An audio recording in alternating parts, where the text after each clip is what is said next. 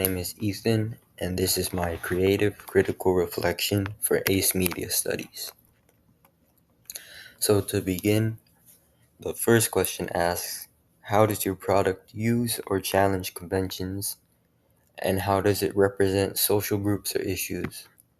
So, this film represents a thriller with a dark tone, with goals to include elements of an action movie. Elements like dark lighting, location, stings, ambient sound, color design, and costumes were implemented to create the dark feeling of the movie. Some conventions used in the film from thrillers are jump scares, lack of dialogue, dark colors, and no context of the movie.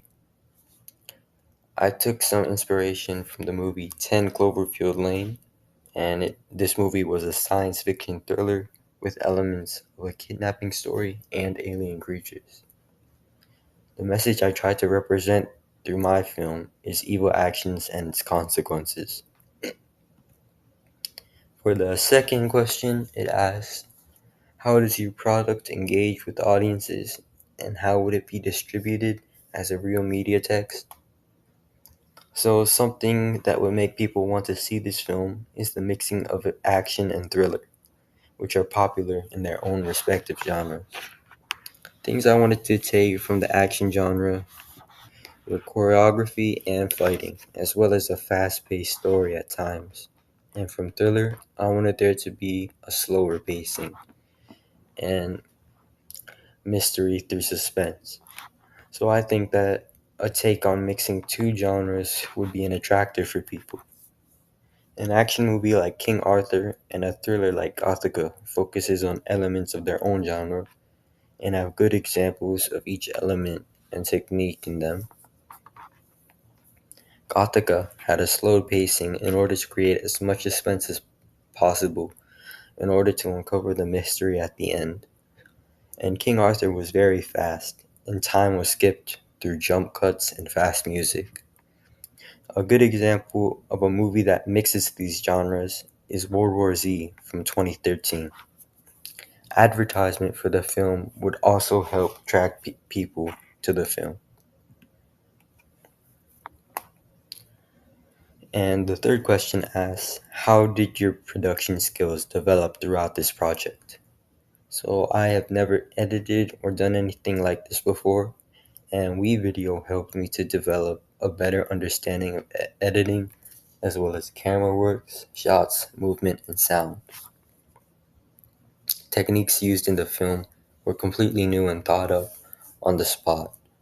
An example I used were jump cuts, and they were used with shots to create empty space between scenes so that the film was shortened. Jump cuts are good for action movies, but it also can be good in thrillers as well to create mystery between the time that was skipped in the jump cut. I also learned how to put sound in from WeVideo, like music, sound effects, and voiceovers. For sound effects, I put them in when there was no music to really set the location and the immersion of the film. Without any music or non-diegetic sounds, the viewer will probably have more focus on what is happening in the film, which is especially useful in a thriller film like this. I planned to do voiceovers with my group, but there was no time, and it was not needed either.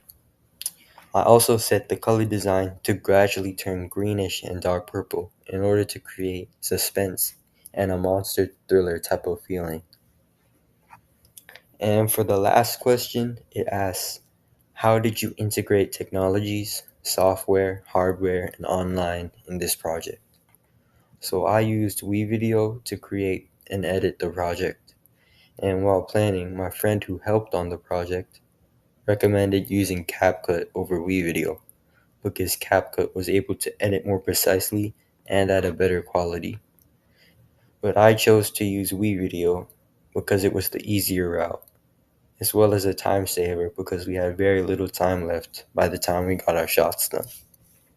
There are still benefits to using WeVideos though, because the sounds and text were simple to find and use, and the editing was okay. And CapCut's editing was a bit easier, but everything was able to be done on the school Chromebook when using WeVideo. And that is all for my creative critical reflection.